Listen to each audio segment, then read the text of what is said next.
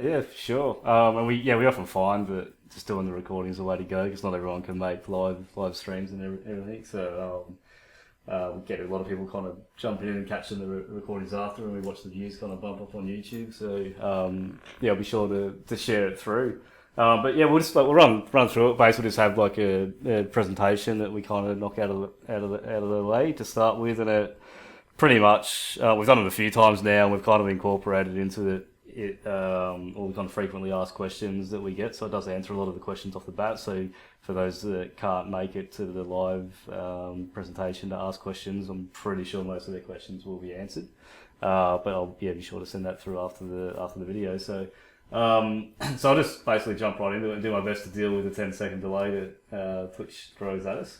But yeah, so who are we? We're the CryptoPunks. Basically our elevator pitch is CryptoPunks are a collection of all 10,000 of the original CryptoPunks that have been remastered one for one in 3D rendered 4K NFTs that are minting on the Ethereum blockchain.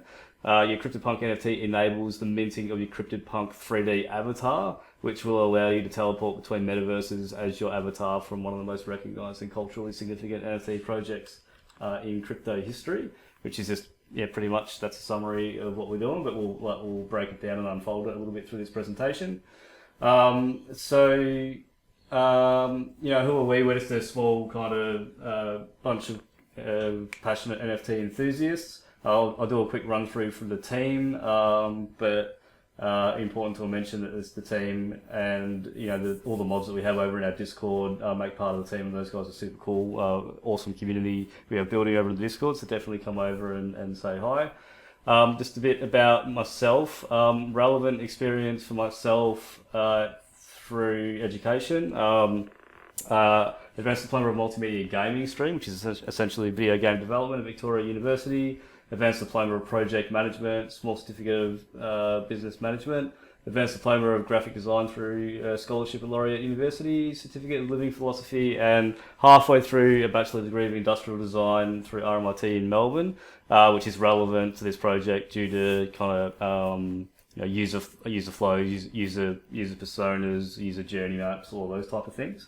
I have relevant industry experience, 7+ years running a 3D rendering business over here in Australia, and just a whole bunch of graphic design type roles before that. Been in crypto since 2017, just been itching to start a project ever since. And yeah, that's a quick rundown for me. I'll hand it over to Deviant. Yeah, good morning everyone. Deviant. Yeah, I've just come into the crypto space around 2017. Prior to that, I was and still running a business of 17 years. Prior to that, managing some retail scenarios. Yeah, a little bit of a background in DJing and just life experience through a lot of the workplaces that I've sort of interacted with. But most importantly, 2017 we started in the blockchain space, in and out of a lot of ICOs and IDOs, and Gypto and myself just sort of got into the NFTs late last year, and we've just been putting together the CryptoPunks project. So for me, just a little bit of life experience and knowledge just to come through with the team, and just so happy to be here. Yeah, nice one. So Neode is our PFP artist. We found Neode on Instagram after scouring all of the internet for talented 3D character artists, and we think we hit the nail on the head with Neode. Neode, a bit like myself, is an industrial design student. 26 years old, but recently decided to kind of start skewing his career just towards 3D artistry, and he's got an absolute knack for bringing characters to life with his 3D sculpting abilities. But check out some of his work on Instagram. He's got some really cool stuff behind him. Salvador Blue is Joshua Scott. He's a fellow Australian dude over here. He's our concept illustrator, and we'll talk a little bit about him in the coming slides. Loud Gods is our voxel artist. He actually isn't on board yet, but he's ready to go and keen to go when we start building for SANDBOX. So we'll learn a little bit more about that in a minute. Brains is our dev. Brains has worked on a myriad of NFT projects. Actually, we were catching up with him yesterday. He's doing some pretty cool stuff. Just building out actual NFT technology as well as minting projects as he goes. I don't believe that's a list of his full project mint list, but I think he's added a few more since we built this list. Yeah, safe to say in good hands with Brains, and people are quite familiar with Brains from seeing him around on deving on different projects. And Jay, if you want to jump in and have a quick run through. Absolutely. So my name is Jay Sparta. I've been in sales and marketing for a majority of my adult life, about 16 years. I've worked with companies as small as mom and pop shops all the way up to large corporations, Coca-Cola, Weyerhaeuser, Home Depot. Basically came into the space about a year ago, didn't really jump head first into it until about 7 or 8 months ago. Involvement in some projects as an investor myself, been through the ringer, rug pulls, all that kind of stuff, just like everybody has been in the NFT space. And decided to start, taking it upon myself to do things right and work with projects that I know are stand up, transparent, and provide, true value for their holders. And that's why I'm here with these guys now. I've been working with them for a couple of months now, just helping with the organic growth and, getting us some exposure, getting some new people in the server. Yeah, nice one. I'll just send out just a message on our Discord to everyone because that's just a bit delayed. And that's out. Tagged everyone. Cool. So where are we? Pretty much we've undergone a closed pre-sale round to raise some marketing capital. We have all of the 10,000 CryptoPunks remastered in 3D 4K ready to mint. With confirmation from our legal team that we're not at any risk of any Lava Labs IP infringements. We've got organically growing community that needs to be updated. I think we're knocking on the door of 7,000 genuine kind of NFT enthusiasts that are keen to go. A partnership with Southeast Asian Crypto-RFOX Labs, which we'll talk about. A strategy to really actively engage the community and shaping the future of the CryptoPunks. And a roadmap to lead the CryptoPunks between the most prominent crypto metaverses out there.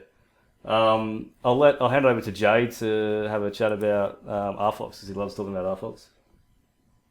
Yeah, I really do love RFOX, and one of the main reasons is the nostalgia factor, because when I first started looking at this project, I wasn't exactly sure what cogs were. I seen it, and to me it looked like something from my childhood, Pogs. And if you guys are, around my age, I'm 33, elementary school was filled with these things. Everyone brought them to school, cased up in these little tubes. They had these little, for those of you that don't know, Pogs are like a little cardboard disc with like cool images on them that people would collect, and you stack them up and you have a slammer and you play for keepsies. You try and flip the stack over and keep your friend's Pogs, he keeps yours. It was a huge part of my childhood. And these guys have actually developed that into a digital game, mobile. It's ready to go. It's on my phone right now. It's free to play, but there's also play to earn aspects of it. And you're actually able to mint your cryptid punk right into their ecosystem the day that it reveals. So there's play to earn from the day that you reveal your cryptid punk, which I think is huge utility.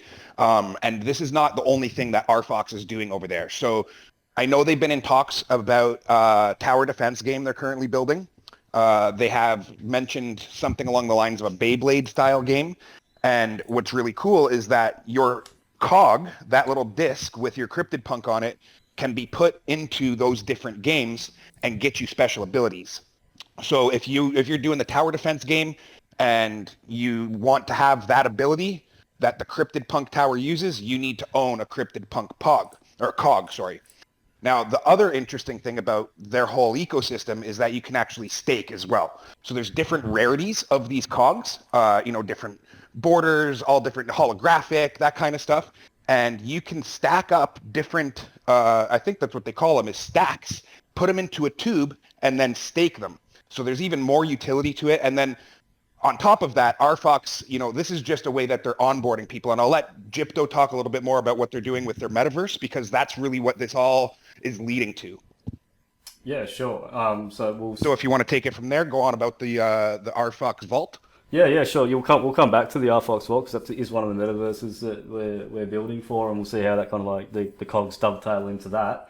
But just before we kind of get into the metaverse stuff, you Hello? know, Yeah, did we lose no, I was Chico? on mute. I muted myself. Not more than a few times. I'm checking my headset. I'm like looking at my No, settings. I'm like, it's did I get alright. rugged? It's bound to happen. We've been waiting for Jay to talk for like 10 minutes. Yeah, I'll come. Sorry, keep going. I'll come back to the RFox Vault and how the cogs tie into that. Sure. But yeah, so basically like metaverse. So where are we going? We're pretty much we're taking the punks into the metaverse. But before we can get there, at the moment punks they're obviously just heads, and they need bodies, and clothing preferably to run around in the metaverse in. So we're going to go through basically this process with the community and our illustrator, where we collectively all go and design the wearables that the punks will be wearing in the metaverse, and it'll be done in this kind of like guerrilla style kind of style that we've landed on.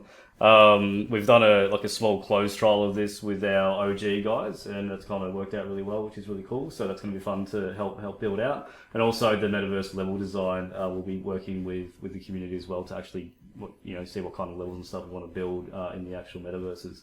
So first metaverse is the SANDBOX, and there's a little bit of a backstory lore to the punks where originally they were these blocky pixelated NFTs on Ethereum, and punks are full of life and full of character, and they just wanted to be more than just this blocky little pixelated representation of themselves. So they're going through our minting portal where they'll come out as 4K 3D renders, which they'll absolutely love, and it really helps bring them to life.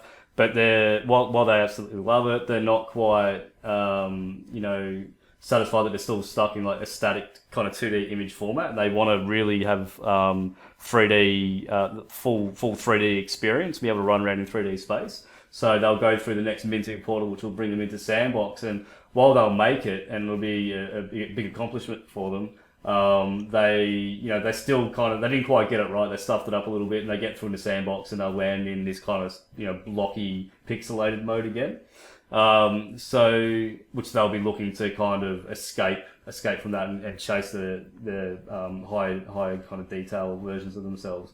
So in SANDBOX, we'll be purchasing the SANDBOX land, building a game in the land with a little bit of help of the community, kind of guiding the creative direction of the game. That I've done so within a framework that we'll provide, because we obviously need to build things in a sustainable manner with our resources. And then from there, a part of that game will be like building a portal to kind of mint, to get out and mint themselves out of the SANDBOX ecosystem. And from there, their next stop will be into Decentraland, where their graphic quality kind of increases a little bit from the blocky pixelated voxel mode into the decentralized kind of cartoon style mode, which is a really, really cool style.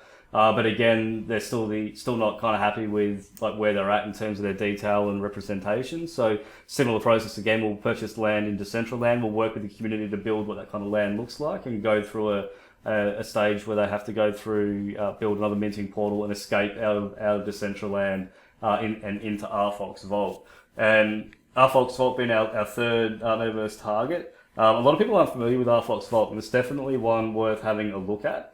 It's built on the Unity game engine. One of the coolest looking metaverses out there. It's essentially like a space station that hangs around low orbit Earth, and just like much higher quality graphic detail. So they'll mint through into the RFox Vault and be just better kind of representations of themselves.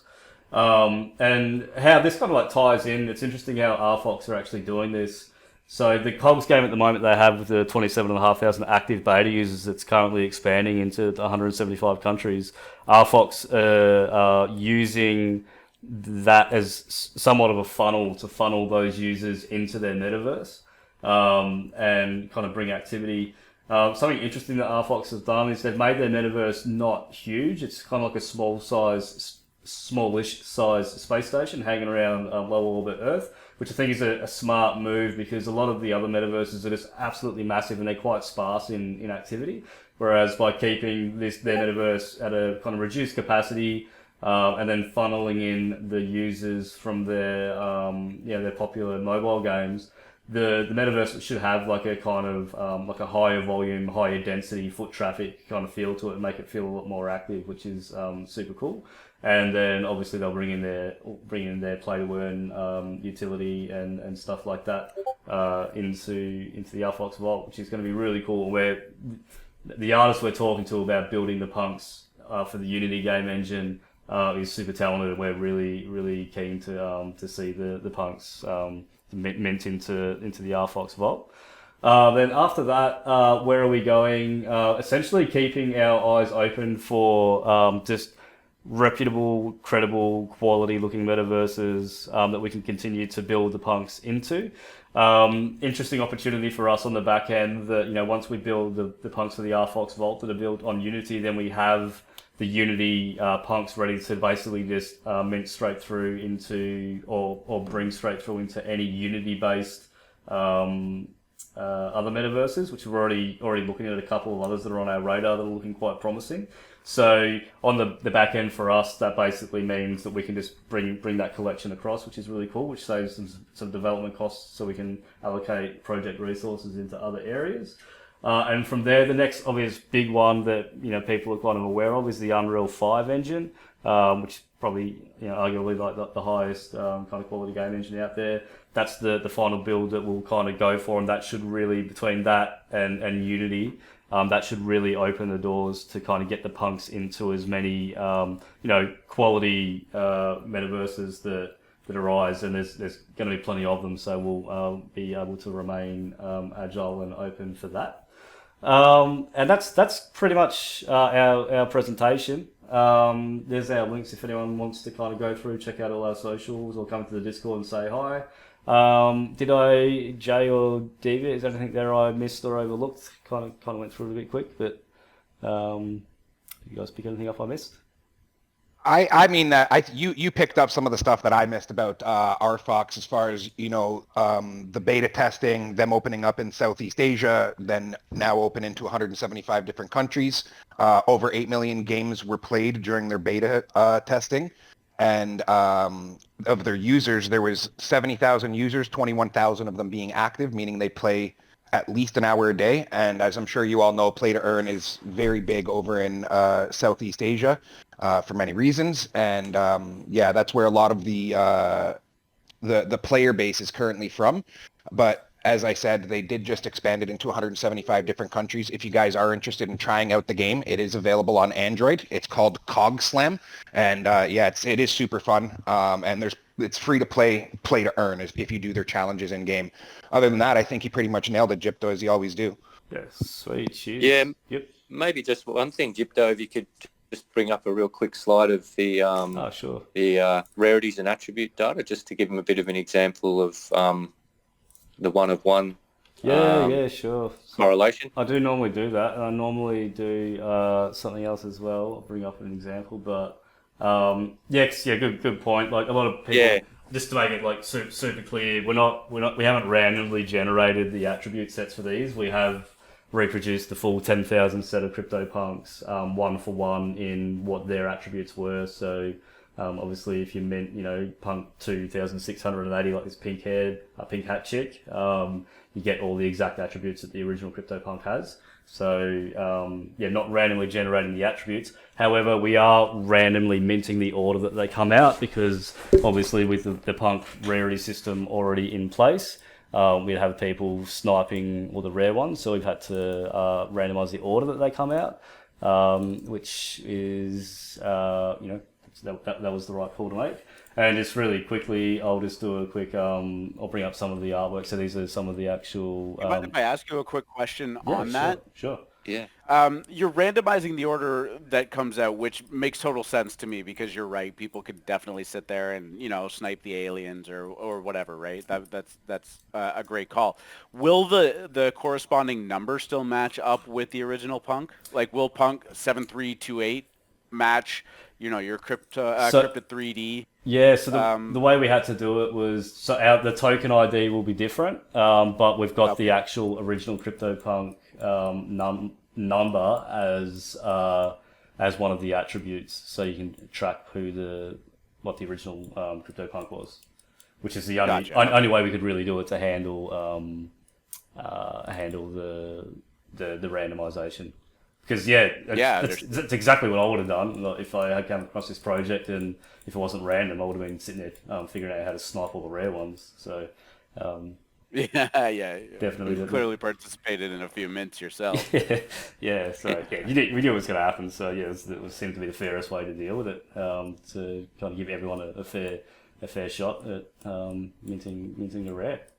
So yeah, and just another thing to note too, the IP for the NFT that you mint, the CryptoPunk IP is yours. So yes, you can, if you're holding or minted a punk, you can take that punk out into the IRL and maybe get your little business ideas going, your t-shirts, or, I guess it's just basically simple IP. You do get the rights for the IP and whatever you can sort of monetize out of that, which would be great, because that also then brings back a lot of attention to the project externally. So I think that's an important one too, IP. Yeah, definitely. Yeah, nice one. I always forget to go through that. You always seem to pick me up on that one. So, yeah, that's good. Cool. Yeah. Sweet. Yeah, that's basically our presentation. Normally we kind of open up for questions, but we do hit a lot of them on the head. So, but if anyone catches up with the presentation on the recording, has any questions, by all means, jump across into the Discord. We're always there. We're not scared of the hard questions. We've had them all thrown at us. And we're happy. Yeah, I was going to say, I was watching it alongside with Twitch too, and to have Twitch muted, I think that it's actually almost perfectly in sync. It sounded great. So. Oh, really? Yeah, cool. Yeah, I was watching Twitch on the other screen and trying to time it as best I could. It seemed like it was working. Yeah. And cool. Maybe just before we finish up, a shout out to our team. We've got a great team of moderators over in the CryptoPunk server.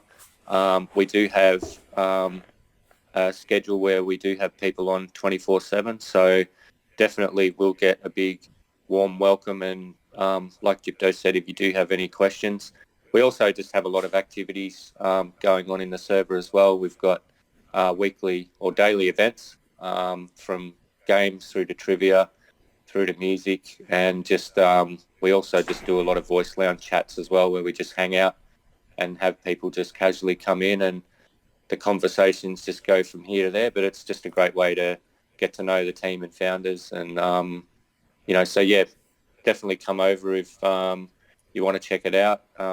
There's always something going on. Yeah, we do auto whitelisting for original Punk, Basie, Macy, Doodle, Moonbird, Azuki, Journey Club NFT holders if you verify via Collabland. And we have a ratio of like 1 in 50. So for every 50 whitelists that we do, we drop an NFT as giveaway for promotion is our ratio. But for those particular OG kind of or blue chip holders, we do a 1 in 25 ratio. So anyone with those that hold any of those NFTs, if you verify through Collabland, you get your auto whitelist and you go into a 1 in 25 chance of winning the NFT when we get through the public mint. Which is a bonus for all you guys that are holding those kind of NFTs. Yeah, I think that's great. I think that's it. Jay, did you have anything you wanted to add in? I just wanted to thank you guys for hosting us here today. We are definitely going to be doing something special in the next couple of weeks as far as engagement. I've been working on something in the background here that I definitely want to get off the ground to make things very exciting and fun. So make sure you guys tune in and, hang out with us over there, and just be ready for something pretty cool to come out of the woodworks here in the next week or two. Other than that, thank you guys for having us. Yeah, definitely. That's great. Do you mind if I ask you a couple questions? Yeah. You go right ahead. Yeah. Yeah, for sure. So, let's talk the nitty gritties about this. When is your mint date, or when is your planned mint date? What are you aiming for? What are we talking in terms of the mint price here? Obviously, I would assume the supply would be the 10K, Yep. but what are we? Where are we with that? So mint price is 0.05, whitelist 0.07 public. We're hoping to like kind of looking probably towards the end of May. Just really kind of depends. We're starting to kind of basically get on the radar of some pretty big projects with collabs and AMAs now. We've been doing some really cool, just kind of closed AMAs with alpha groups like yourself, it's cool just to get in front of just solid groups. Like I said, not the hugest groups, but just like quality members that are engaged and actively looking. So we've been kind of focusing on that lately, just as we've been kind of growing up the organic numbers, and we're basically at the threshold point now of getting on the radar of a lot of the bigger projects for collabs. So we're kind of hoping to get like really big push over the next couple of weeks, really get the momentum building, and looking before the end of May to go to mint. Fantastic. Yeah, I mean, if there's one thing I could say about Alpha Mint, we're small but mighty. We definitely have some sway sometimes when we get the interest in a project, and people in Alpha Mint really get excited about it. One of the things that we're definitely going to do is share the link to the recording, and then of course, maybe we can reconvene closer to your mint date. As we all know, the attention span in NFTs is very short, but it's always good to just get on people's radar and aware of what you're doing in that regard. Yep. I just have a couple of other quick questions for you, and I would assume that you've thought about this, or you've probably been asked it before. In kind of the research of this and talking to Pritz, who set this all up, he mentioned that you guys had Larva Labs' blessing to kind of do this and go through with this. Obviously, some of those dynamics have changed in regards to Yuga's kind of takeover of CryptoPunks, how they handle Creative Commons license and all of that. Have you had any contact with them? Like, how are you guys feeling about that situation? So we haven't had blessings from Lava Lab. What we did was we started the project like late last year, and we started making the artwork, and we spent a fair bit of time kind of getting the artwork right. And while we were going through all of that, we had the question thrown at us a lot. So we have a legal team on retainer now, and we basically paused the project for about a 3-week period at the end of last year, and got them to do a deep dive and do their due diligence to confirm that we were all good. And they came back to us and after doing their digging around and their research, and gave us the all clear. They actually brought on a second, sorry about the noise, a second opinion from a highly reputable IP attorney in the States, and he cleared it with us as well. And without going into too much detail about it, it's hey, Deviant, your phone's doing things. He basically, when it comes to like a lot of the other projects that are just doing like the straight copies or the slightly tilted punks or the punks to the left and everything, which is hilarious.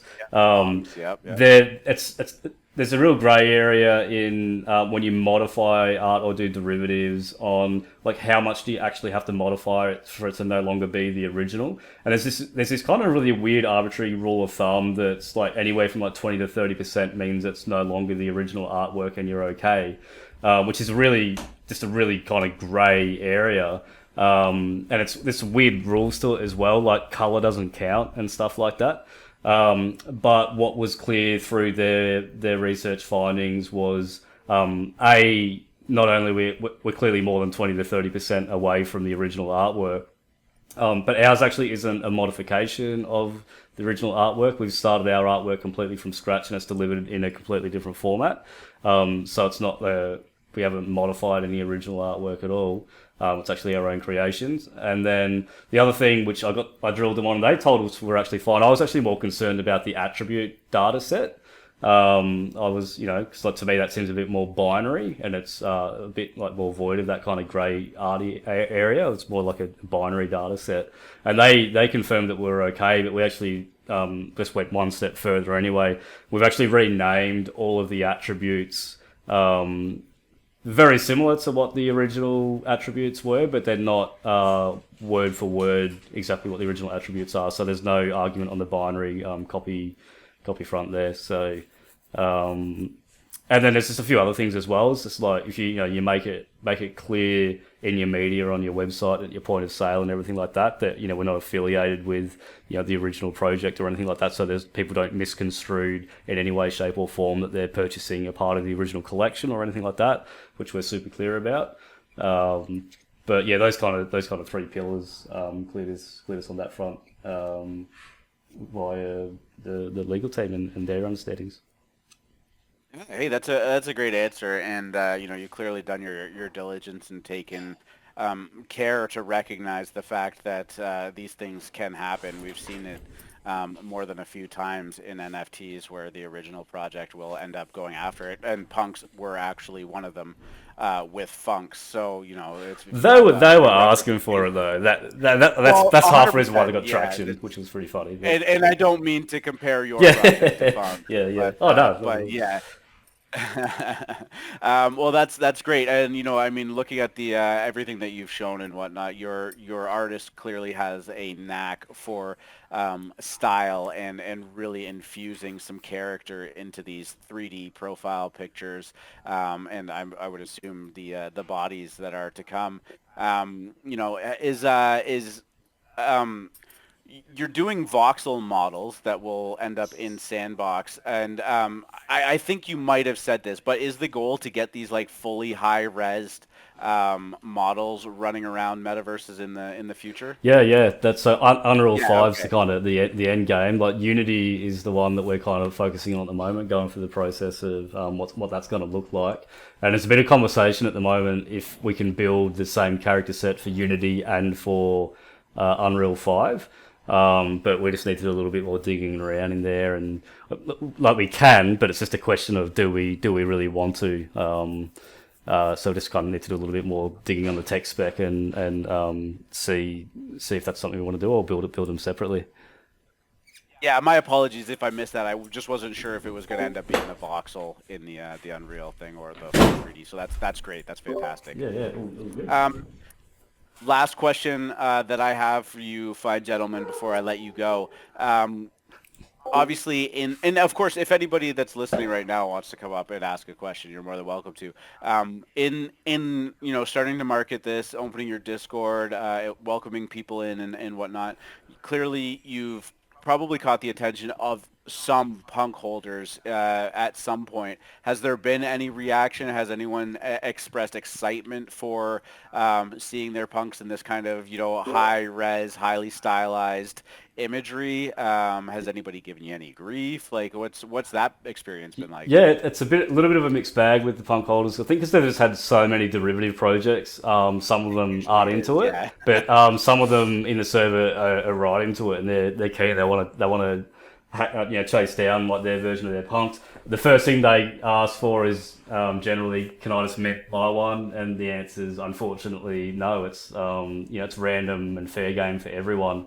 That's just part of we went through that decision process when we decided how to do the mint, and we just think it's fairest that everyone has an equal opportunity to mint a rare. And if you happen to mint one that one of the OG punk holders wants, then that gives you a bit of leverage for to kind of maybe ask for a higher price. So it was the whole kind of random generation process was just really about giving maximum opportunity to our community, which is cool. But we also have we have some punk holders in there that are pumped. They're gonna, and they said they're specifically obviously going to chase down their punk in the secondary market. And a lot of them also they asked to see previews as well. Like, can I have a look at my punk in 3D? And we're just like, nah, you gotta hold out and wait for the mint and wait for the reveal like everyone else. So which is gonna be fun. I love it. Yeah, it'll be good fun.